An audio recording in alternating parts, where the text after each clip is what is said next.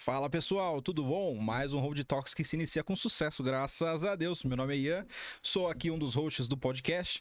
Lembrando que a gente está aqui por um propósito, que é ajudar o Hospital Fabiano de Cristo, um hospital que ajuda pessoas carentes com câncer.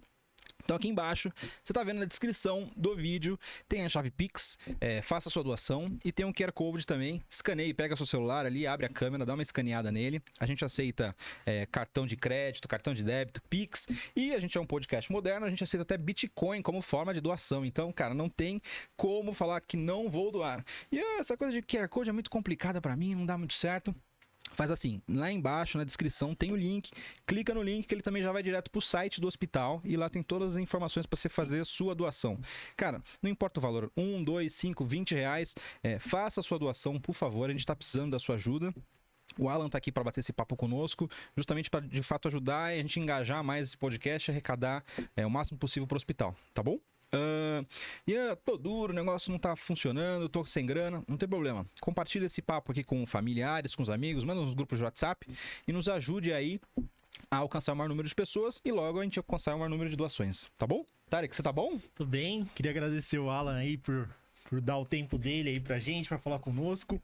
Cara, a gente já falou nos bastidores, o cara é fera demais. Demais. Mandou bem, E eu acho que hoje a gente vai ter, tô sentindo que a gente vai ter uma aula novamente. Ó, o Alan, cara, ele tem um currículo ferrado, assim. Ele é fundador do AAA, né? Também ele é co-CEO da ISH Tecnologia e colunista da Gazeta. Caramba, o cara é fera, hein? Alan, seja bem-vindo, tudo bom? Obrigado, tudo ótimo. É um privilégio estar aqui, principalmente pela missão que vocês têm, que eu acho que é fantástica, devia servir de referência, modelo, exemplo, para muito empresário por aí. Então, eu tô feliz pra caramba de estar aqui. Maravilha. Cara, a gente gosta de começar pelo começo, né, Tarek? O início das coisas, como é que começou? Hoje você tá engajado aí, faz inúmeras palestras, tá à frente de uma empresa ferrada. Como que começou o início, assim? Você sempre quis ser empresário? Como que surgiu isso, né? A minha história, eu acho que tem muitos traços interessantes.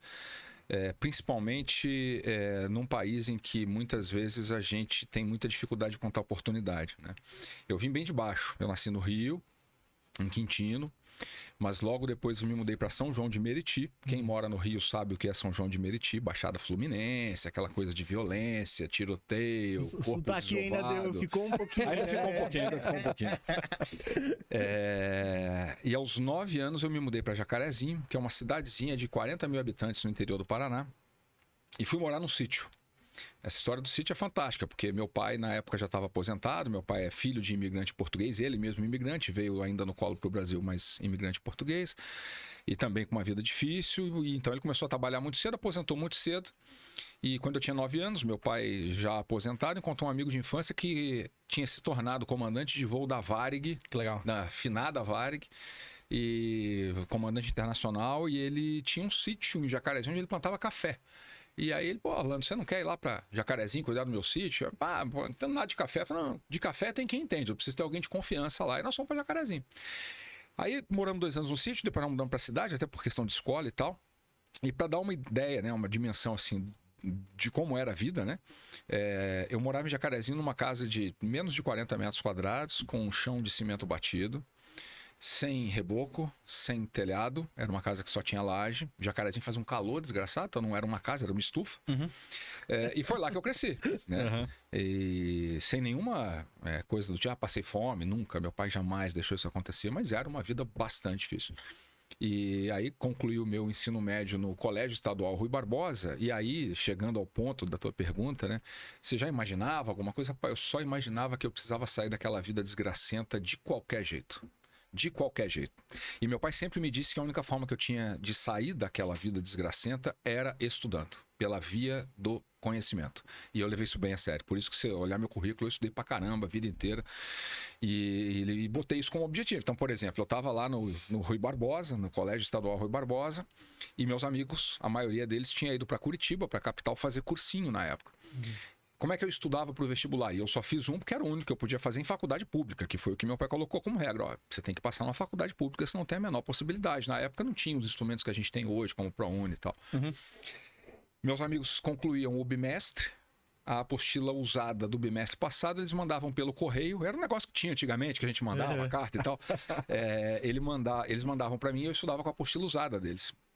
E aí, enfim, a maioria acabou não passando, porque é muito comum, né? Enfim, o primeiro vestibular é sempre difícil, mas eu passei. Por quê? Porque eu sou inteligente, porque eu sou sabidão? Rapaz, não. Porque eu me tranquei para tudo que estava à minha volta e a minha prioridade naquele ano foi usar as apostilas dos amigos para estudar e me preparar para passar no vestibular. E aí a coisa foi andando. Aí eu entrei na faculdade, eu fui jogar basquete, eu jogava basquete na época, e eu fui ganhar meio salário mínimo por mês para jogar basquete na seleção de Ponta Grossa. Eu jogava direitinho até Ponta Grossa, onde eu fiz faculdade, uma cidade maior. E aí isso meio que ajudou a me sustentar no meu primeiro ano e meio. Na metade do segundo ano, eu descobri uma oportunidade de estágio que uma grande empresa da região contratou. A IBM, na época, já era uma empresa gigantesca, para dar um curso lá para uma galera, e essa galera, quem fosse bem, poderia ser aproveitado no estágio. E eu fui um dos que foi bem, fui aproveitado no estágio, e aí passei a ganhar 2 salários por mês. Então aí eu passei a ser um magnata. De novo, a coisa foi indo, né? E aí, assim, né? Você imaginava chegar onde você chegou? Cara, não. Eu sempre digo o seguinte, né? Eu nunca me preparei especificamente para alguma coisa. Tipo, eu quero ser o presidente da maior empresa de cibersegurança do Brasil. Não. Mas eu queria estar sempre pronto para aproveitar qualquer oportunidade que passasse na minha frente. Boa. Desde que fosse uma boa oportunidade. E isso, para mim, passava pelo estudo. Então, por isso aí eu fiz faculdade, pós-graduação, MBA, mestrado na Inglaterra, me formei em Harvard, etc. Caramba. Porque eu queria, assim, tá pronto. E isso acabou acontecendo, né? As oportunidades, à medida que elas foram surgindo, a gente foi aproveitando e chegamos até aqui. Por isso que eu sempre digo, eu uso muitos chapéus, né? Além de co-CEO da SH, sócio da SH, além de cofundador do AAA, eu sou cofundador da Curitiba Angels, o grupo de investidores lá de Curitiba. Eu tenho hoje ainda investimento em umas 12 startups como investidor anjo, então a gente está sempre ajudando também. Isso é uma forma de give back, na verdade, né? Eu sempre falo isso, né?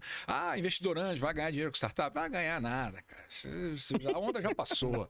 Agora, é muito bacana porque você tem a oportunidade de ajudar empreendedores e empreendedoras que estão começando. Legal. E passar um pouco da tua experiência, que na verdade é a única coisa que eu tenho que vocês ainda não têm. Eu sempre digo isso pro meu filho, o Luca, ele tem 22 anos, está na faculdade. E quando eu quero ter conversas importantes com ele, eu sempre digo, cara, lembra-se do seguinte, que eu vou falar aqui, tem como base uma única coisa. Eu não sou melhor que você, nem mais inteligente, nem mais sabido, nada. A única coisa que eu tenho mais do que você é a idade. E, portanto, eu vivi mais. Como vivi mais, tropecei mais, caí mais, aprendi mais. Aí eu vou compartilhar com você a minha experiência. Se isso te servir, você ouve e aproveita isso de alguma maneira. Boa. Caraca. Por que você acha que a onda de startup não tá mais na frente? Assim? Veja, eu continuo achando que é uma onda que, na verdade, não é mais uma onda. Ele se tornou mesmo uma maré, né? Isso não tem como lutar contra. Mas as condições de mercado mudaram muito, né? A gente, no início da explosão ali do mercado de startups, eu fiz múltiplo em startup, de uma startup de Curitiba, onde eu fui o primeiro investidor, eu fiz múltiplo de 120. Porra, para cada real que eu coloquei, eu tirei R$120 daquela startup, bicho. Caraca. Mas isso não existe mais. Por quê? Porque as condições de mercado mudaram, né? Hoje você tem escassez de dinheiro, as startups não têm mais a condição que tinham antes de queimar caixa para crescer a todo custo, esquece. Hoje qualquer investidor, quando vai investir num negócio, por mais que seja um negócio ainda early stage, ele vai querer saber quando é que a sustentabilidade vai chegar, quando é que a gente vai breakivar esse troço e como é que nós vamos fazer para crescer. Então, isso, por conseguinte, acabou fazendo com que os múltiplos sejam muito menores, o mercado meio que também se saturou, né? O pessoal falava no começo, né? Encontra um problema para resolver. Rapaz, resolveram quase todos os problemas, né? Agora tem menos problema para resolver, né? De tanto que criar startup. Então, eu continuo acreditando, continuo sendo investidor anjo, mas eu proativamente, tipo assim, você tem uma startup, você quer investimento. Rapaz, eu não vou ter tempo hoje, em função das minhas prioridades, de conversar com você e te ouvir, para quem sabe te levar para algum dos grupos aonde eu participo, porque as minhas prioridades acabaram se tornando outras. Agora, se alguém me trouxer a tua startup, nós analisamos aqui, é bacana, aí eu vou investir, aí eu vou ajudar e tal. Entendi. Caramba. E Alan, qual é o perfil, assim, para investir numa startup? Você acredita que é o negócio, é o sócio, é a pessoa? É a pessoa. É a pessoa? É a pessoa. Não tem outra alternativa. Um negócio muito bom na mão de um empreendedor meia-boca, na melhor das hipóteses, vai virar um negócio meia-boca. Um negócio meia boca, na mão de um baita empreendedor, com a orientação correta, com uma ou duas pivotagens, rapaz, vai virar um baita negócio. Então é sempre a pessoa, sempre a pessoa. Mas o que você diria que é um investir bom na pessoa? O que seria uma pessoa boa? Os critérios que você usa, por exemplo. É muito subjetivo, Tá. né? Mas eu, pessoalmente, o que eu procuro num empreendedor ou numa empreendedora quando eu estou conversando com ele ou com ela sobre o negócio, né? Em primeiro lugar, quais são os motivadores? Por exemplo, eu costumo falar que gato gordo não caça. Gato gordo já tá gordo, não vai caçar. Então, isso é um fator que para mim é importante, até porque eu era um gato magro hoje, essa forma aqui que eu tenho hoje, não era assim antigamente. E literalmente porque eu não tinha grana para comer. Eu, quando saí da faculdade, pesava 90 quilos, comecei a trabalhar e em 2 anos eu fui a 140 quilos, por uma razão muito simples, eu passei a ter dinheiro para comer. A verdade é essa, eu comia mal, comia o que tinha, velho. Então, é o que tinha. Então eu pessoalmente procuro aquela coisa da fome que o Jobs falava, né? Pô, a pessoa tem que estar, velho, aquilo é a oportunidade da vida da pessoa, e aí você começa a ter sinalização de que se você identifica isso, essa pessoa vai fazer, cara, qualquer coisa para aquele negócio dar certo. Aí seguindo, a gente vai procurar não necessariamente uma boa formação, porque isso também não quer dizer muita coisa, né? De novo, um empreendedor bom numa faculdade meia boca vai sair melhor lá na frente do que um empreendedor meia boca numa boa faculdade. Mas é uma preocupação com a consistência do negócio, sabe? Sim. Tipo assim, eu tô montando um negócio para vender caneca. Cara, eu quero saber o quanto você entende de caneca. Porque se você tá querendo vender caneca só porque tem muita gente fazendo caneca, será que você é um empreendedor adequado para esse negócio que você está propondo? E lógico, aí a gente, num segundo estágio, né, uma vez que esses pré-requisitos do bom empreendedor ou empreendedora estão superados, aí claro, você vai olhar para mercado, para mercado endereçável, para a forma como o problema está se propondo resolver, mas isso tudo vem sempre em segundo plano, né? Você procura, na maioria das vezes, aquela pessoa que tem sangue no olho, faca no dente, e que você sabe que, cara, é a oportunidade dela. E por que eu valorizo isso? De novo, porque comigo foi assim, né? Eu não tinha possibilidade, eu sacanei muito meu filho, né? De novo, 22 anos, o Luca, é a geração que tá chegando agora e tal. Ele mudou de faculdade, ele mudou de curso na faculdade 2 vezes, né? Ele começou num curso, aí não deu muito certo, aí mudou de novo, aí terceira vez eu quero mudar de novo, vai mudar de novo, mas agora tem um acordo, velho. Vai se formar nessa porra, porque senão vai dar ruim. Ah, não tô gostando. O azar é o seu, que você não tá gostando. Você vai terminar a história quando você me trouxer o diploma, a gente conversa sobre alguma coisa. Tá. Rapaz, no meu tempo, eu quero mudar de curso. Porra, meu pai me dava um pé do vidro. Mudar de curso, moleque. Você já tem que agradecer por você ter conseguido entrar numa faculdade pública e tal. Sim. Era muito uma coisa de falta de oportunidade, sabe? Eu precisava criar as minhas oportunidades. Aí, lógico que a gente procura isso, né? Isso é uma coisa que interfere até na forma como a gente cria os filhos, né? Porque, lógico que eu não quero que o Luca e a Mariana, que é a minha filha pequena de 8 anos, eu não quero que os dois passem pelas dificuldades que eu passei. Mas ao mesmo tempo eu também não quero que seja muito fácil, velho. Porque aquilo que vem fácil, vai fácil. Você não valoriza e tal. Então a gente tem algumas regras lá interessantes que a gente vai tentando criar e vai aprendendo. Por exemplo, né, um aprendizado, né? O Luca tinha mesada. E eu acreditava naquela época que mesada era um bom instrumento para ensinar o menino e depois o adolescente a lidar com dinheiro. Mas vem cá, responde uma coisa para mim. Quando foi na vida de vocês que alguém deu dinheiro para vocês em troca de nada? Nunca. Mesada é isso. Eu te dou aqui o dinheirinho pra você gastar. Mas, pô, em troca do quê? Não, em troca de nada, porque eu sou seu filho. Mariana já é diferente, porque a gente vai aprendendo. Mariana tem tarefas a cumprir.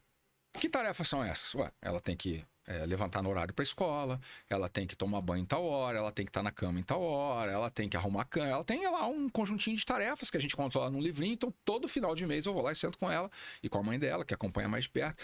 Vamos ver aqui, fazer o cheque das metas da mamá no mês. E aí quando a gente termina esse cheque, eu abro uma conta para ela num banco digital, ela já tem o cartãozinho com o nome dela, eu vou lá e deposito o dinheirinho para ela. E ela usa esse dinheirinho para comprar coisa do Roblox, nos troços que ela joga lá no tablet dela e tal. Legal. Então ela já tá entendendo desde cedo que ninguém nunca vai dar nada de graça, queridinha. Você vai ter que fazer a sua parte para que você possa ter uma recompensa. É isso, né? Loucura. E a gente tava vendo o seu currículo e tá isso assim, co-CEO, né? A gente conversou um pouquinho antes de começar as gravações. Cara, o que é um co-CEO? Explica pra gente aí, cara. Cara, um co-CEO é um CEO que divide a liderança da companhia com outro CEO. Basicamente é isso. Isso é uma coisa que existe, embora as pessoas ouçam falar pouco, é uma coisa que existe já há bastante tempo. A Netflix já usou co-CEO, a Salesforce já usou co-CEO. Então, muitas empresas acabam utilizando essa estrutura por razões diversas, né? Uma das razões pelas quais é interessante você ter essa estrutura de co-CEOs é quando você tem duas pessoas que são muito complementares. E que é o nosso caso, né? Lá na SH eu divido a liderança da companhia com o Armstrong, que é outro sócio, e que antes de nos tornarmos co-CEOs, ele cuidava da área comercial, eu cuidava da área de operações, que são coisas muito complementares no final do dia. Sim. E não só do ponto de vista das nossas funções, mas do ponto de vista das nossas personalidades e características. Armstrong é um cara do detalhe. Cara, nada escapa ao Armstrong. Eu não sou o cara do detalhe, bicho. Eu preciso ter gente de detalhe perto de mim. Porque eu sou o cara de olhar o macro e não me venha encher a paciência com muito detalhezinho que eu vou ficar impaciente. Armstrong é um cara mais agressivo no bom sentido, né? Um cara com muita visão de resultado, de negócio e tal. Eu sou um cara que tento, nem sempre consigo, mas que tento, na maioria das vezes, um pouco mais de ponderação, um pouco mais de análise reflexiva e tal. Então, como essas competências são muito complementares, a gente acabou decidindo trabalhar dessa maneira e a coisa vem funcionando, para ser muito sincero, muito melhor do que eu imaginei que ia funcionar. Porque quando a gente criou isso, eu falei, rapaz, eu acho que tem um risco enorme de dar merda esse troço. Mas vamos tentar para ver como é que é. E tá sendo muito, muito, muito melhor do que eu imaginava. E aí divide-se as funções, é isso, né? Assim, como é que a gente funciona, como é que a gente opera. A gente continua tendo um olhar mais próximo das áreas que já nos eram familiares. Então, eu cuido de operações, o Armstrong cuida de toda a área marketing e comercial. E as decisões estratégicas são tomadas em conjunto para todas as áreas da companhia. Tá. O CFO tem um papel meio de reporte duplo, ele reporta para os dois. Tá bom. E quando a gente tem questões onde o consenso não é possível, aí a gente escala para o presidente do conselho, que é o Rodrigo, que é o fundador da companhia, que era o CEO até o ano passado, e que assumiu como chairman, ele é o presidente do conselho da companhia. Então, quando a gente não consegue se entender do ponto de vista das ideias, a gente traz o Rodrigo para ter um voto de Minerva, porque senão a gente não consegue chegar a lugar nenhum. Por isso tem funcionado bem, a gente conseguiu até criar uma sistemática, né, que favorece. Caramba. E a gente conversou com alguns empresários e cada um tem um método assim que acredita que funciona mais. Uns são mais centralizadores, outros são mais manda a galera fazer, uns gostam de ver no detalhe, outros nem tanto. Como que você acredita que é o correto que está funcionando para você, assim? Então, você já deu meia resposta para essa pergunta. Tá, não tem um correto. Como você falou, alguns são mais centralizadores, outros menos centralizadores. A sacada aí é você entender quais são os teus pontos fracos para que você possa ter complementariedade neles. Como é que funciona para mim? Eu sempre já falei isso há pouco, né? A única coisa que eu tenho para oferecer aqui é a experiência, porque eu vivi mais que vocês, só isso. E como é que funciona para mim? Primeiro, premissa básica minha como gestor, como líder. Rapaz, tudo é pelas pessoas. Tudo, tudo. Não existe nada que não seja com as pessoas, pelas pessoas, através das pessoas. Portanto, eu preciso de pessoas muito boas próximas de mim, pessoas que entendam do que fazem, que sejam, comprometidas, que tenham um engajamento forte, que acreditem principalmente naquilo que a gente faz. E a partir do momento que eu consigo montar esses times, cara, eu delego e dou espaço. Tá. Mas eu sou um gestor que preciso daquele cara que está monitorando e cobrando. Rapaz, vai arrumar outro líder, não vai ser comigo. Porque eu não sou o cara de ficar sentando lá, até porque faço muita coisa. Então, eu preciso ter gente para quem eu possa delegar. Lembrando que a gente nunca delega a responsabilidade é minha, mas onde eu possa delegar atividades, tarefas, e essas pessoas têm o espaço. De novo, o Jobs, né? Eu sou muito fã dele, como muitas pessoas que estão nos assistindo, mas o Jobs dizia que você não contrata gente inteligente para dizer para essas pessoas inteligentes como elas vão fazer o que precisa ser feito. Cara, boa. Deixa a pessoa entender, deixa a pessoa descobrir, deixa a pessoa encontrar o próprio caminho. Até porque isso se conecta, né? E aí, cara, se deixar esse episódio aqui vai durar 3 horas, vai virar um flow. Porque as coisas vão se conectando, né? Essa ideia de você dar direcionamento de perto e tal, de dar o direcionamento é importante, mas de você cobrar e tal no dia a dia, ela vem muito de uma era, que é a minha geração, né, em que nós fomos ensinados que o líder tem que ter resposta para tudo, né? Então, se deu problema, vem para mim que eu resolvo esse troço. Cara, isso é uma estupidez hoje em dia. Com a quantidade de informação circulando, de conhecimento circulando, você não pode ter a pretensão de que você tem resposta para tudo, né? Então, a gente tem que ressignificar essa ideia do líder que tem todas as respostas para aquele líder que é capaz de fazer boas perguntas. Porque é assim que você dá o clique. Sim. Se você é o cara que dá todas as respostas, cara, o ser humano é um bicho complicado, velho. O ser humano gosta de estabilidade, o ser humano não gosta de mudança. Isso vem das cavernas, né? Os nossos antepassados estavam lá nas cavernas e ele descobriu que precisava de abrigo. Aí ele foi efetivamente para a caverna, por isso que é o nome da caverna. Só que lá não tinha comida, ele precisava sair para arrumar comida, para caçar. E aí ele saía para caçar. Quando ele saía para caçar, às vezes ele encontrava comida, às vezes ele virava comida das ameaças que estavam do lado de fora.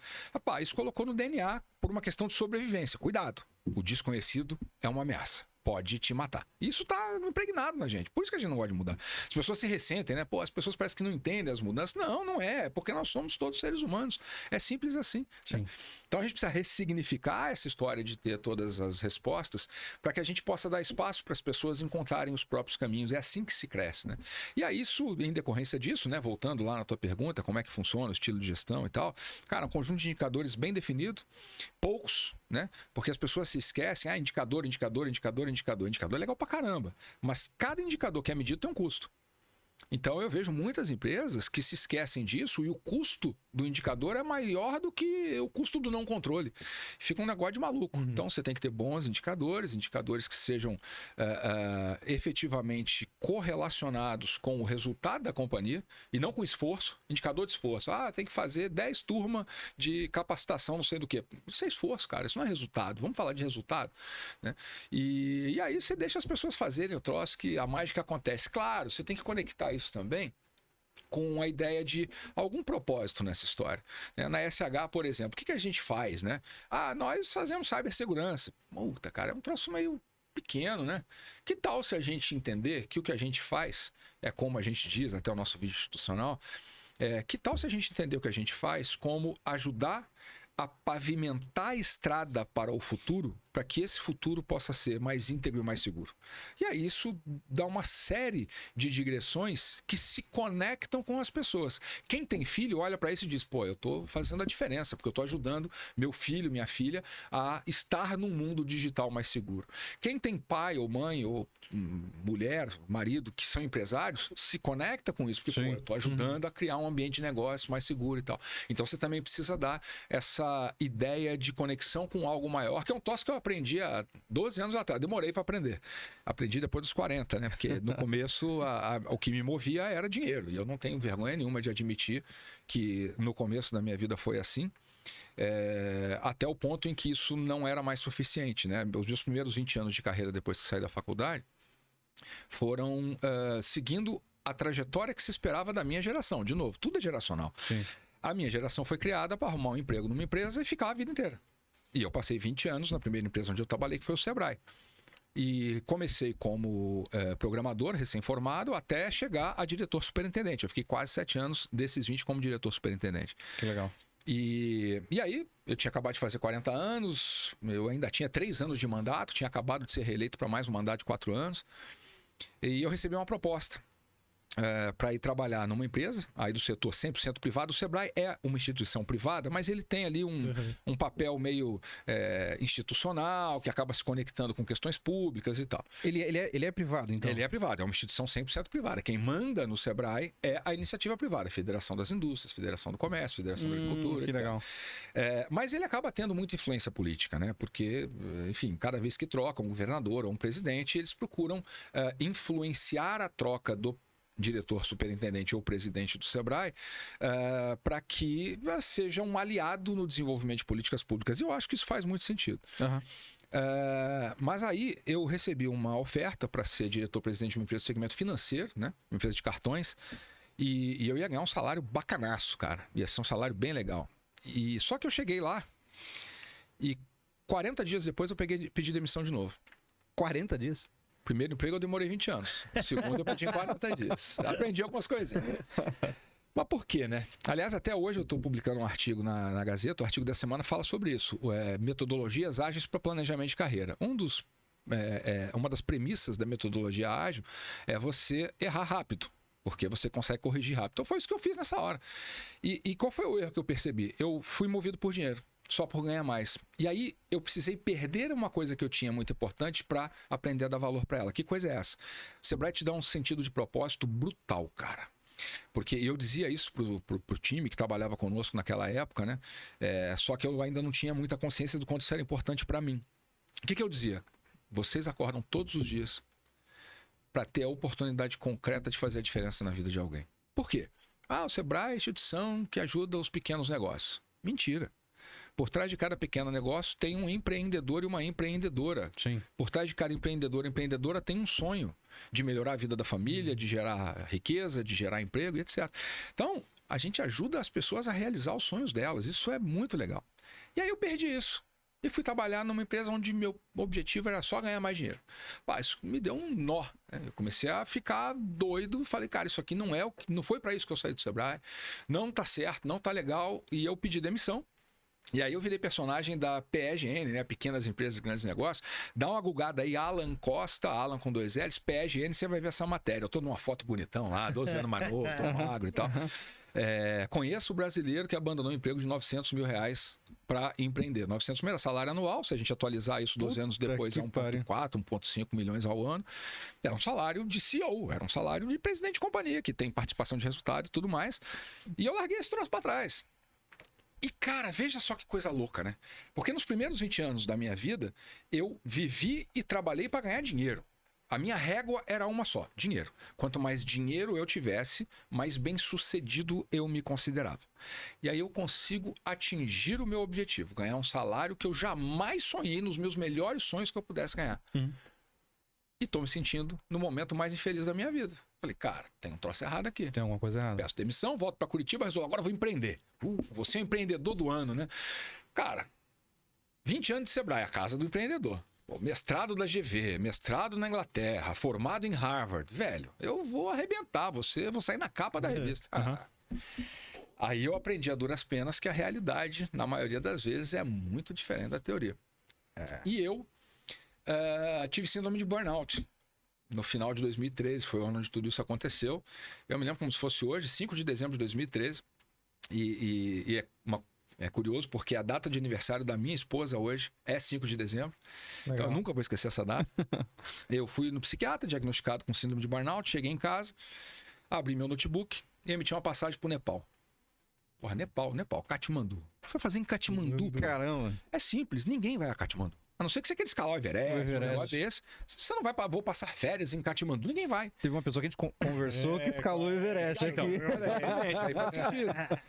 E eu fui para lá porque eu queria sumir do mundo. Eu queria desaparecer. Pô, a minha vida tava confusa, o meu primeiro casamento estava naufragando, estava já a gente praticamente separado, aí tinha o medo de distanciamento do filho e tal, os negócios que eu montava não dava certo, quebrei a empresa e tal, e eu queria desaparecer. E eu fui lá para Katmandu e melhor de tudo, né? Isso foi sem programar e a sincronicidade das coisas é fantástica, porque eu cheguei lá e descobri que lá tinha o maior monastério budista da Ásia, o monastério de Kopan. Falei, cara, é isso aqui para mim, para isso que eu vim aqui, para isso.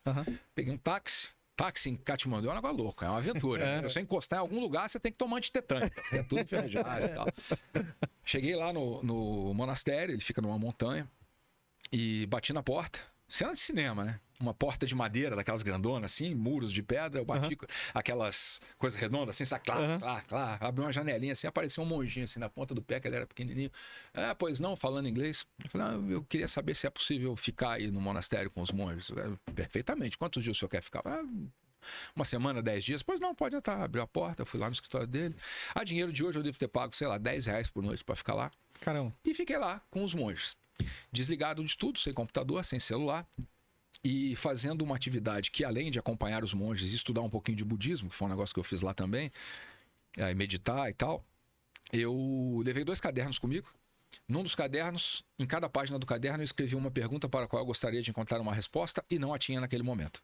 Ou seja, vou rever a minha vida. Caramba. E no segundo caderno, eu escrevi o meu obituário. Hoje, 12 de maio de 2072. Eu imaginei que eu vou morrer com 100 anos, embora eu acho que eu vou morrer um pouquinho mais velho que isso.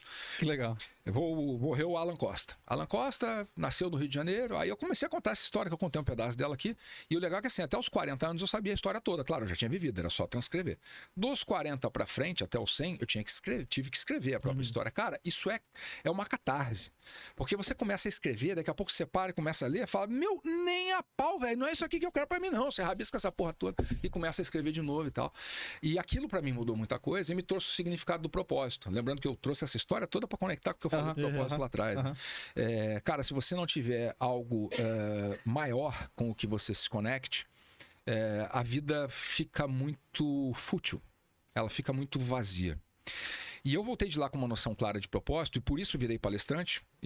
A minha carreira de palestrante ela acontece quando eu volto do Nepal, porque eu sempre ouvi das pessoas que eu era um bom comunicador, que as pessoas paravam para me ouvir, que as pessoas prestavam atenção no que eu falava. E eu tinha até então adquirido muito conhecimento e eu tinha que compartilhar esse conhecimento de alguma maneira. Aí eu escolhi ser palestrante. A vida andou, eu vivi 5 anos exclusivamente como palestrante, além dos meus investimentos em startup, mas eu pagava os boletos com o que eu faturava como palestrante, e aí eu também brinco que a gente tem que tomar cuidado com o que você deseja, porque pode virar realidade, né? É verdade. Em 2018, eu fechei o ano com 117 palestras feitas no ano. A rede de palestra estava bombando, mas rapaz, eu vivia em hotel e aeroporto. E quando o Luca nasceu, eu tinha 30 anos, era um outro momento de vida. O Luca nasceu em julho de 2002. Em setembro de 2002 eu fui para Inglaterra fazer um mestrado, que era o meu segundo mestrado, e ficar um ano lá. Então, eu perdi muitas coisas do Luca. Eu não vi o Luca engatinhar, eu não vi o Luca começar a andar, eu não vi o Luca começar a falar. E eu já tinha a Mariana com 3 anos, e eu não queria passar por isso com Mariana. Então eu pensei, cara, eu preciso fazer alguma coisa. Isso aqui não tá dando muito certo, eu preciso diminuir esse ritmo aqui. E aí, nesse momento, de novo, a sincronicidade, né? Aquela história, o universo conspira. Rapaz, não é o universo conspira, é você que planeja e as coisas, de alguma maneira, o universo sente isso e a energia sente isso e elas vão acontecendo. Aí eu acabo sendo convidado pelo governador que tinha acabado de ser eleito lá no Paraná, o Ratinho, para ser presidente da Celepar, que é uma empresa pública do governo lá, de tecnologia. Eu gosto de destacar, né? Não é porque eu tinha nenhum vínculo político, não tinha como não tem até hoje, porque o Ratinho ouviu falar que tinha um cara muito bom de inovação lá, que era um tal de Alan Costa. Aí ele me chamou para conversar e disse, eu quero transformar a Celepar no motor de inovação do Estado. Eu falei, deixa comigo que eu te ajudo. E aí eu fui para lá. E aí logo depois aparece o Rodrigo e me convida para ser sócio da SH, num movimento societário que estava acontecendo, e eu entro na SH. E aí eu brinco que desde que eu entrei na SH, eu finalmente entrei em campo para jogar o jogo para o qual eu me preparei a vida inteira. Porque assim, eu não fui me formar em Harvard só para fazer o que eu já fazia. E a SH me deu a oportunidade de exercitar isso na prática, porque a gente tem muito parceiro internacional, negociação com fundo, negociação com banco, negociação com cliente, a própria estratégia da companhia num segmento que muda velozmente a cada ano, você tem um negócio novo. E aí eu me encontrei como executivo, como profissional, numa companhia que me dá esse privilégio de ainda ter um propósito por trás de pavimentar a estrada para o futuro, mas sem deixar de fazer palestra. Eu continuo sendo palestrante. Por quê? Porque as palestras são o meu propósito. Hoje, boa parte das palestras que eu faço, eu não cobro para fazer. Eu não devia nem estar contando isso, que o pessoal se aproveita. Mas eu não cobro para fazer, principalmente se for em escolas e tal, que você vai levar mensagem para quem precisa, porque essa é a minha forma de construir aquilo que eu chamo do meu legado. O meu legado vai estar nas pessoas que eu consegui tocar de alguma maneira e para quem eu consegui falar alguma coisa que ajudou, que mudou, enfim. Agora eu tenho tanta pergunta. Mas acho que voltar só um pouquinho, acho que foi muito fenomenal o que você já falou. Percebeu que eu falo pra cacete, você deixar eu falando. E é justamente isso que a gente quer, Mas assim, voltando um pouco mais de gestão. Assim, hoje tem uma diferença geracional, que foi uma coisa que você falou, que é muito grande. E como você faz um método de gestão que o colaborador tem que se adequar a esse método, você faz uma gestão para uma pessoa que é mais velha, para uma pessoa que é mais nova, ou você faz uma gestão padrão e fala, não tem como ser padrão, porque, de novo, você faz gestão de gente. Eu sou gestor de processo. Quem é que faz o processo? O processo faz sozinho? Você é gestor de gente. E não existe um ser humano igual ao outro. Então, claro, você tem um core de características suas como líder, como gestor, mas evidentemente você tem que adaptar isso, né? Você tem que... uma característica que eu acho que é fundamental, né? A gente fala muito hoje que tem que escutar as pessoas. Só que a gente se esquece que escutar é diferente de ouvir. Ouvir, eu tô ouvindo o tempo todo. Tô ouvindo aqui o barulho do ar-condicionado, por exemplo. Cara, o barulho do ar-condicionado tá aí, tô ouvindo, pô, não tá me incomodando, deixa ele aí. Agora, escutar é diferente. Cada vez que você me faz uma pergunta, eu tô dando a você toda a minha atenção, porque eu quero responder a tua pergunta da melhor maneira possível. Então, eu estou efetivamente escutando, mas a gente esquece isso. Sim. E aí, começar a pasteurizar. E não dá para pasteurizar gente. Gente é um bicho que cada uma tem a sua particularidade, né? E essa questão geracional, né, aproveitando que você tocou nisso, eu quero até, de alguma maneira, meio que desmistificar isso um pouco. Porque existe quase que um lugar comum que essa geração que está chegando ao mercado de trabalho agora, o pessoal aí dos 20 aos 27, 28 anos, a geração nem trabalha, nem estuda, a geração que não quer nada com nada, geração meio maciota e tal. Cara, o que eu vejo no meu dia a dia, não que não existam pessoas dessa geração que têm essa característica. Mas eu conheço um caminhão de gente dessa geração, velho, que se dedica extremamente, que é extremamente veloz, que é extremamente capaz, que dá contribuições fantásticas. Então eu acho que a sabedoria está em você, em primeiro lugar, não consumir estereótipo. Cara, avalie por você mesmo. Sim. Dê a oportunidade das pessoas, né? E claro que essa geração é diferente. Você não pode desconsiderar isso por razões óbvias. Eu sempre uso como exemplo meus filhos. Você já perceberam, eu cito muito eles, né? Eu digo que o que eu aprendo com o Luca e Mariana todo dia é mais do que eu aprendi na minha vida toda em todo o caminhão de diploma que eu tenho. Porque, cara, eles são de gerações diferentes. Então, o aprendizado com o Luca é diferente do aprendizado com Mariana e isso é muito bom para mim. Mas eu me lembro quando o Luca nasceu, eu achei que o Luca era um moleque inteligente pra caramba, cara, porque ele aprendia muito rápido, eu ficava impressionado com a velocidade que ele tinha de aprendizado. E aí o Luca nasceu em 2002, Mariana nasceu 16 anos depois, 14 anos depois, e quando Mariana nasceu, Mariana dava de 10 no Luca. Ela era muito mais rápida do que o Luca era. E eu falei, cara, essa menina é de outro planeta. Só que, na verdade, nem Luca é superdotado, nem Mariana é de outro planeta. O que diferencia a minha experiência enquanto jovem adolescente da experiência do Luca, da experiência de Mariana, entre outras coisas, é o estímulo. A quantidade de estímulo que nós recebemos é bizarramente diferente. Sim. Eu nasci numa época que a gente consumia conteúdo com um negócio chamado jornal. Você ia na banca, comprava, tinha que ler, sujava mão de tinta, etc e tal. Se você quisesse fazer uma pesquisa escolar, você tinha que consultar um negócio chamado Barça, que era uma enciclopédia, aqueles monte de livros, tinha os versículos e tal. O Luca nasceu numa era de web 1.0 ainda, mas que já tinha internet, lógico, e aí o estímulo é outro. Mariana, velho, o médico deu um tapa na bunda dela quando tirou ela de dentro da barriga da mãe dela e ela pediu o tablet. Porque ela nasceu nesse mundo. É isso, cara. Né? E aí os pedagogos dizem, não deu tablet pra criança. Cara, tudo na vida é equilíbrio, bicho. Tudo na vida é equilíbrio. Você não vai deixar a criança passar 20 horas por dia, 10 horas por dia, 5 horas por dia na frente do tablet. Você tá aniquilando o futuro dessa criança.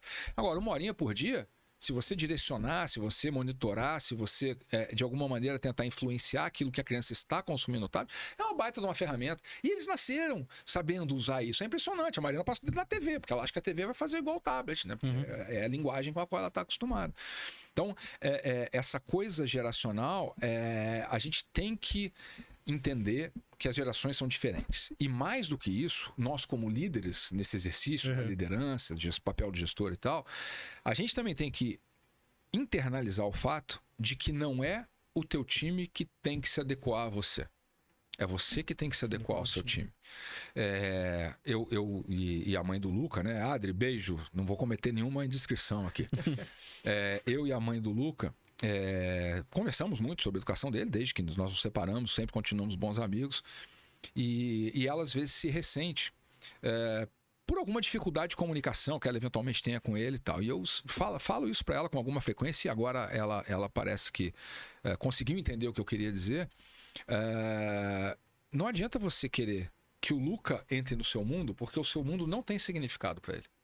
Você precisa entrar no mundo do Luca. Uhum. Você precisa introduzir no dia a dia assuntos que façam sentido para ele, pautas que sejam familiares a ele e criar momentos. Então, eu tenho um ritual com o Luca, todo ano a gente faz uma viagem, né? E essas viagens, só eu e ele, são viagens para temas que não são caros. Então, por exemplo, carro. Eu adoro carro e o Luca aprendeu a gostar de carro. Então, você é uma viagem para Alemanha para visitar a montadora. Pô, isso gera conexão. A gente passa lá uma semana junto, cara. Isso aí sabe, cria elo. Esse ano agora, nós fizemos uma viagem para Londres para fazer um roteiro de pub. Fomos lá em Londres visitar pub. Nas horas vagas, entre um pub e outro, a gente foi visitar um monumento ou outro e tal. Mas por quê? Aí tudo tem um contexto. Quando o Luca estava fazendo ensino médio, ele foi fazer um intercâmbio no Canadá, em Vancouver. E eu fui visitá-lo. E Vancouver é uma cidade que tem muitos pubs, no centro de Vancouver. E nós estávamos andando ali por aqueles pubs e eu contando histórias ao Luca de quando eu morei na Inglaterra. O que é o pub, o que o pub representa, como é que o pub se insere na cultura britânica. E ele olhando para mim, pô, com os olhos brilhando, falou, pô, pai, que sensacional isso. O dia que eu tiver idade para beber num pub, eu quero tomar uma cerveja no pub com você. Eu guardei aquilo. Quando ele fez 21 anos, o presente foi uma viagem para Londres pra gente beber cerveja em pub. Ano que vem, nós vamos fazer uma viagem pra Rota 61 nos Estados Unidos, uma rota que eu já fiz de moto, que é um hobby que eu tenho levado a sério. A Rota 61 é uma rota que vai de New Orleans a Chicago e ela sobe pelo delta do Mississippi, onde o blues foi inventado. Então você tem toda a história do blues ali, você vivencia isso. Eu toco, gosto de música, ele toca porque herdou de mim o gosto pela música e tal. Cara, de novo, é um assunto que se conecta com algo que faz sentido para ele. E no exercício da liderança nas nossas empresas funciona exatamente do mesmo jeito, né? A gente é que tem que se inserir, a gente é que tem que entender como é que a gente se comunica para que aquilo faça sentido para o receptor. Sempre lembrando, se a comunicação não está sendo eficiente, a responsabilidade sempre é do emissor, nunca do receptor. Loucura, hein? Loucura, esse daí. Insano. Eu vou dar 2 recadinhos aqui, galera. O primeiro não esquece que a gente tá aqui por um propósito, que é ajudar o Hospital Fabiano de Cristo. Então aqui embaixinho tem a chave Pix, faça sua doação, tem o QR Code, escaneie também. E é muito complicado esse negócio de QR Code. Na descrição do vídeo tem também o link, já vai direto para o site do hospital, lá você consegue fazer toda a parte de doação. Quando você for doar por cartão de crédito, tem a opção a doar mensalmente, é por PayPal a doação. Então coloca lá 5, 10 reais, não vai fazer falta, mas vai ajudar muito o hospital, tá? Também tô aqui para agradecer a Hold Brasil, que tá financiando a gente começou os episódios gravando online e aí migramos, né, graças a Deus, depois de 3 anos, longos 3 anos aí de pandemia, agora para esse espaço físico, e a Hold tá patrocinando aqui esse espaço para nós, então muito obrigado a Hold. Então se você tem algum problema de inadimplência, seja ela pessoa física ou pessoa jurídica, tá com a galera te devendo, entre em contato com eles, que os caras são feras e podem resolver qualquer problema que você tiver com inadimplência, tá bom? Sidney, obrigado aí pela ajuda e pelo patrocínio aí desse espaço, tá bom? Voltando ao que a gente estava falando, os recados dados, cara, insano isso, né? Você comentou bastante sobre a diferença de geração, né? A gente vê que para muitas pessoas gera um conflito muito grande, é uma coisa que é extremamente desconfortável até às vezes, é uma coisa que incomode uma pessoa mais velha, mas não incomode uma pessoa mais nova. E a gente tem que saber lidar com isso, né? Eu acho que isso que tá pegando pra galera, né? Principalmente essa parte de tecnologia e a forma como as pessoas aprenderam a lidar, né? Que, por exemplo, hoje, você assiste um vídeo de 30 segundos, já tá de saco cheio, você muda e você arrasta pra baixo, entendeu? Aí você comentou justamente, eu tinha que fazer pesquisa nos livros e tal. E tá sendo impactante, você tá sentindo, você como co-CEO, enfim, à frente de grandes empresas, você sente que de fato isso a gente tá por um caminho errado ou você não enxerga dessa forma? Como que você vê? Não, eu não vejo caminho errado. Eu acho que as coisas são muito... A vida tem uma característica cíclica. Eu acho que são ciclos. Por exemplo, a gente hoje vive um ciclo de hipertecnologia, hiperconectividade, hiperestímulo o tempo todo. Eu tenho convicção de que a gente vai fechar esse ciclo e vai entrar num ciclo de desconexão, onde a gente vai começar a buscar recuperar as nossas habilidades humanas, que, diga-se de passagem, é o que vai garantir que a gente não seja substituído pela inteligência artificial. A inteligência artificial vai roubar meu emprego. Se você faz atividade robô, repetitiva, vai mesmo. Sinto muito, não tenho o que fazer quanto a isso. O que vai te garantir sobrevivência, né, para usar uma palavra forte, é você usar a tua habilidade humana, a tua capacidade de gerar ideias, tua capacidade de conectar, tua capacidade de ler contexto complexo. A máquina não faz isso, por mais que ela tenha uma inteligência artificial lá por trás, né? Então, eu não acredito que seja um caminho errado. Eu acho que é um caminho natural, né? Que precisa ter aquele freio de arrumação para se ajeitar. Mas, de novo, eu acredito que essa consciência tem que começar pela geração mais velha. Uhum. Por quê? Porque, cara, eu fui jovem de 20 anos, bicho. Porra, bicho, quando você tem 20 anos, você vai dominar o mundo e você é invencível. E as tuas ideias são as melhores. E não para na minha frente que eu vou te atropelar. À medida que você vai amadurecendo, cara, você vai adquirindo um pouco mais de senso de ponderação, né? Você vai adquirindo a possibilidade de, como eu falei antes, escutar mais as pessoas, estar mais atento a outros pontos de vista e até rever os seus próprios pontos de vista. Eu me lembro na última eleição, nós não vamos falar de política, eu não falo de política, mas vou falar do meu relacionamento com o Luca. Uhum. Na última eleição, havia muito embate em todo o planeta. Mas eu e o Luca, foi a primeira eleição do Luca onde ele talvez já tivesse uma condição de entender um pouco melhor o que estava acontecendo do ponto de vista não só daquilo que era visto, que era o ponto de vista da macroeconomia, vai para lá ou vai para cá e tal, mas de tudo que estava em volta, né? Foi uma eleição muito louca, né? E, cara, o que eu aprendi com o Luca foi uma coisa impressionante, bicho. Porque eu colocava as minhas ideias, sempre em conversa por WhatsApp, né? Colocava as minhas ideias e tal. Rapaz, ele me trazia contrapontos, ideias que eu não tinha sequer...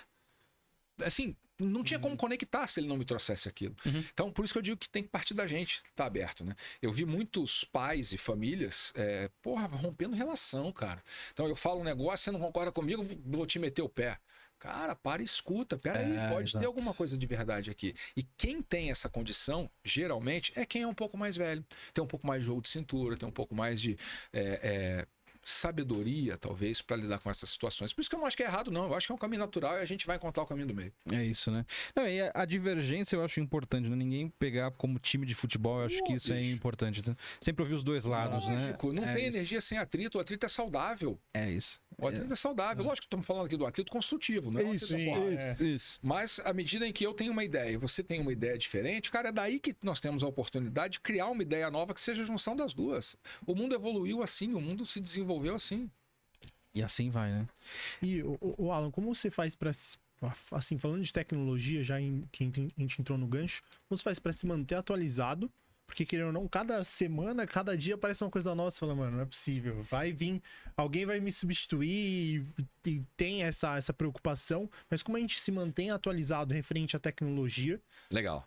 Ainda mais você que trabalha numa empresa de tecnologia também. A primeira coisa que eu aprendi a fazer foi perder o FOMO. O FOMO, para quem não sabe, é o famoso Fear of Missing Out, né? É o medo de estar perdendo alguma coisa, né? Aquela coisa que a gente sente, por exemplo, eu estou sem celular aqui durante a gravação. Então, eu antigamente estaria assim, alguma coisa está acontecendo lá, velho. Não estou vendo o celular, porra, deve estar pitando, deve ter uma mensagem, alguma coisa importante. Não tem, rapaz. Ninguém vai morrer. Deixa aquela porcaria daquele celular lá, que tá tudo bem. Quando eu for olhar, eu olho e tá tudo certo. Então, a primeira coisa é diminuir essa ansiedade, sabe? Porque a gente tem, como a gente recebe hiperestímulo, né? A gente acaba sendo levado a crer que tem que estar o tempo todo consumindo coisa nova. Não tem, cara. Segunda coisa, não ser contaminado pelas modinhas, né? Pelos trending topics da tecnologia. Porque cada ano é uma. Se você parar para pensar, nós estamos em 24, 25... ali em 21 foi o ano do metaverso.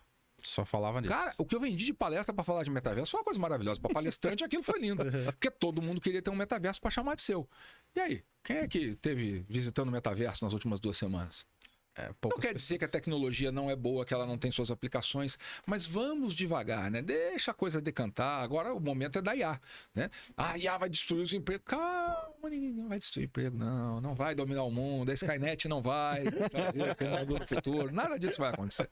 A gente tem que ter calma para lidar com isso. Então, essas duas coisas te ajudam a assentar. Aí assentou, você começa a ter que fazer escolhas, porque é impossível você consumir tudo sobre tudo, não tem como, a quantidade de informação é muito grande. Então, eu pessoalmente defino temas a cada 1 mês, a cada 2 meses, a cada 3 meses, depende do tema, da complexidade, se é maior, se é menor, que eu vou priorizar para aquele período. Né? Além do tema cibersegurança, que por razão de ofício eu tenho que estar sempre atualizado. E aí, como é que eu faço para me atualizar nesses campos? Eu primeiro escolho as fontes. né? Fontes de boa reputação, sites, blogs de internet e tal, pessoal que escreve, que tem conteúdo, e consumo só aquilo, velho. Ah, mas saiu um novo, rapaz, agora não dá tempo não, agora eu tô aqui focado, ó, meu foco é esse aqui, né? Aí na próxima rodada, talvez eu vá olhar o novo que saiu e tal, porque senão você vira refém desse troço, cara. E assim, eu sou taurino, né? E dizem, eu não acredito em signo, né? Mas não creio las brujas, pelo que elas ai. A turma diz que o taurino é meio hedonista, né? Rapaz, eu sou taurino até o último fio de cabelo. Eu sou hedonista raiz.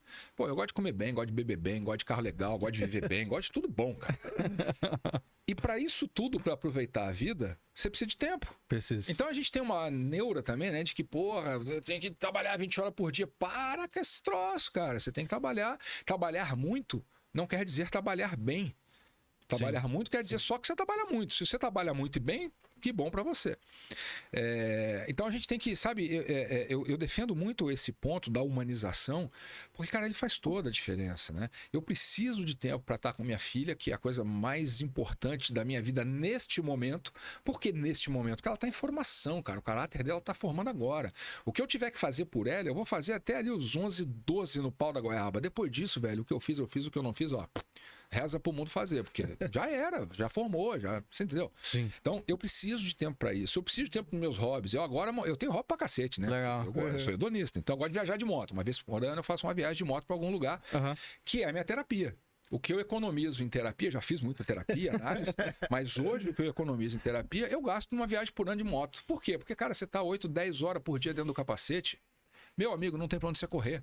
É você com você mesmo. É só você aqui dentro, ó, 10 horas seguida. A estadinha tá ali, você tá aqui. Ó. Você tem que enfrentar teus demônios, você tem que tratar das questões que estão penduradas, você tem que resolver tudo que você tem para resolver ali, porque senão você vai ficar louco, né? Então, faço isso. Um outro hobby que eu tenho, agora há pouco tempo, de novo, outra conexão com o Luca. Eu montei um simulador de corrida, entrei pro mundo do Sim Racing. Legal. É fascinante. Então eu quero ter tempo para todo dia, quando eu tô em Curitiba, pelo menos uma corridinha de meia hora eu quero dar naquele troço. Até porque agora se estabeleceu uma competição entre eu e o Luca para bater o tempo nos circuitos e tal. Né? Para tudo isso você precisa de tempo. A gente tem que perder um pouco dessa neurose, sabe? Hiperprodutividade. Pô, bicho, as coisas se fazem com calma, as coisas se fazem com inteligência, com sabedoria. Estamos chegando no final. Infelizmente, tudo que é bom dura pouco, né? Assim? Nossa, tudo que é bom dura rápido, né? É rápido, né? Você tem um ponto aí. O que não quer dizer, deixa eu só fazer um contraponto, até para não correr o risco de ser mal interpretado. O que não quer dizer que em determinados momentos da vida você não tenha que ter hiperdedicação a alguma coisa. Eu acabei de contar há pouco, né? Eu deixei meu filho com 2 meses para ir fazer um mestrado. Cara, isso é uma decisão difícil pra caramba. Mas naquele momento da minha vida, era isso que eu precisava fazer. Porque minha carreira estava em construção. Eu advogo muito que a vida... A gente mídia social, né? E aí a mídia social só mostra coisa legal, né? É isso. Pô, é o cara, é a mulher que, pô, o cara é bonitão, bonitona, tem tempo pra ir pra academia, puta, profissional, estuda, dinheiro, a família é maravilhosa, o cachorro não faz bagunça quando entra em casa. É um negócio, pô, sensacional. Aí você olha pra isso e fala, meu, isso é inatingível. É lógico, é inatingível, porque isso só existe na internet. Não, a vida não é assim. Então, a coisa do equilíbrio, cara, nós temos que parar com essa ideia de equilíbrio. A essência da vida é equilibrar o desequilíbrio. A vida é desequilíbrio. E a gente tem que aprender a excluir a culpa e a ansiedade dessa equação. Vou explicar o que eu quero dizer. Você, num determinado momento, vocês são jovens, devem estar construindo carreira, construindo os negócios e tal. E é lógico que nessa fase você vai se dedicar pra caramba no trabalho, bicho. Você vai botar energia aqui, porque agora é a hora de fazer acontecer para você e tua família poder usufruir disso depois. Só que aí você tá aqui dedicando tempo onde você tem que dedicar, porque esse é o teu momento de vida, e você tá culpado. Pô, mas eu devia estar em casa. Pô, mas eu devia estar com a minha filha, com o meu filho. Pô, mas eu devia estar levando meu cachorro para passear no parque. Você não aproveita nenhuma coisa nem outra. Você vive nesse espaço de ansiedade que te tira a oportunidade de aproveitar as duas coisas. A vida é isso. Eu faço analogia com a ideia do Cirque du Soleil, o cara que mexe os pratos, saca? Os pratinhos que ficam girando. Ele tem lá 20 pratinhos. Como é que ele mantém aquele troço todo girando lá em cima? É simples. Ele vê qual que tá para cair, aí ele vai lá dar uma girada. Opa, agora vai cair aquele lá. Ele vai lá, vira e gira e dá outra girada. A vida é isso. Em determinados momentos você vai privilegiar a carreira, em determinados momentos você vai privilegiar a família, em determinados momentos você vai privilegiar a saúde. Eu contei aqui off the record, né, que nos últimos 2 anos eu eliminei da minha vida 23 quilos. Por quê? Porque eu por muito tempo tive que deixar o pratinho da saúde, cara, meio em segundo plano. Eu tinha consciência disso, que não estava legal. Sim. Até o momento em que aquilo para mim se tornou mais importante que qualquer outra coisa. Hoje eu sou, dedicado à academia, controlo o que como, etc, Legal. porque esse pratinho estava ruim, eu tive que equilibrar. Mas é assim. Você não consegue tempo para fazer tudo com a mesma eficiência, com a mesma efetividade. Então, o contraponto daquilo que eu falei antes, de que a gente tem que ter um pouco mais de calma para fazer o que precisa ser feito, ao mesmo tempo a gente não pode esquecer que em determinados momentos da vida você tem sim que ralar, que se dedicar, que comer grama, porque, cara, é isso que vai te levar em frente. As coisas não acontecem por si só. É você que faz acontecer. E aí, a mensagem que eu deixo, né, já que a gente está caminhando para o encerramento, podia ficar aqui mais 3 horas com vocês, é que qualquer dificuldade que você tenha hoje, você que está nos assistindo agora, nunca se esqueça que essa dificuldade é circunstancial. O que eu quero dizer com isso? Eu nasci numa família humilde, com bastante dificuldade e tal, mas eu nunca encarei aquilo como destino, porque não é destino. É circunstância. Você não escolhe aonde você nasce, Boa. mas você escolhe onde você vai morrer. E daqui até lá, é você que encostou esse caminho. Só você. Só depende de você. Caraca. Pô, tem que ter um episódio 2. Bora combinar. Exatamente isso aí. Tem que ter episódio 2. Não vai ter jeito. Galera, Alan, obrigado mesmo de coração por ter vindo, cara. Parabéns por sua trajetória. Que história incrível, cara. Sensacional demais, né, Taricão? Pô. Posso fazer? Acho que vou fazer uma mais objetiva, a última. Última, pra gente não estourar o tempo. É a palavra que define o Alan. Um eterno curioso. Olha aí. Incansável curioso. Eu tenho curiosidade por tudo, cara. Aprender, pra mim, cada dia eu tenho que aprender um negócio novo. Cada dia eu tenho que estar em contato com gente nova. Eu tenho que estar... Eu preciso do movimento, né? O movimento é o que me move. É meio pleonasmo, mas enfim, é o que me motiva, né? Então eu acho que é isso. Eu sou um eterno curioso. Yes. Galera, muito obrigado de coração por ter assistido. Não esquece que a gente está aqui por um propósito, que é ajudar o Hospital Fabiano de Cristo. Tem as informações aqui. Escaneie o QR Code, faça sua doação, cartão de crédito, débito, Pix, que eles estão precisando da nossa ajuda, tá bom? Alan, obrigado de coração. Tamo Foi um prazer, junto. foi um Tarek, Obrigado, Alan. valeu, galera. Um abraço. Fiquem com Deus. Até a próxima. Valeu.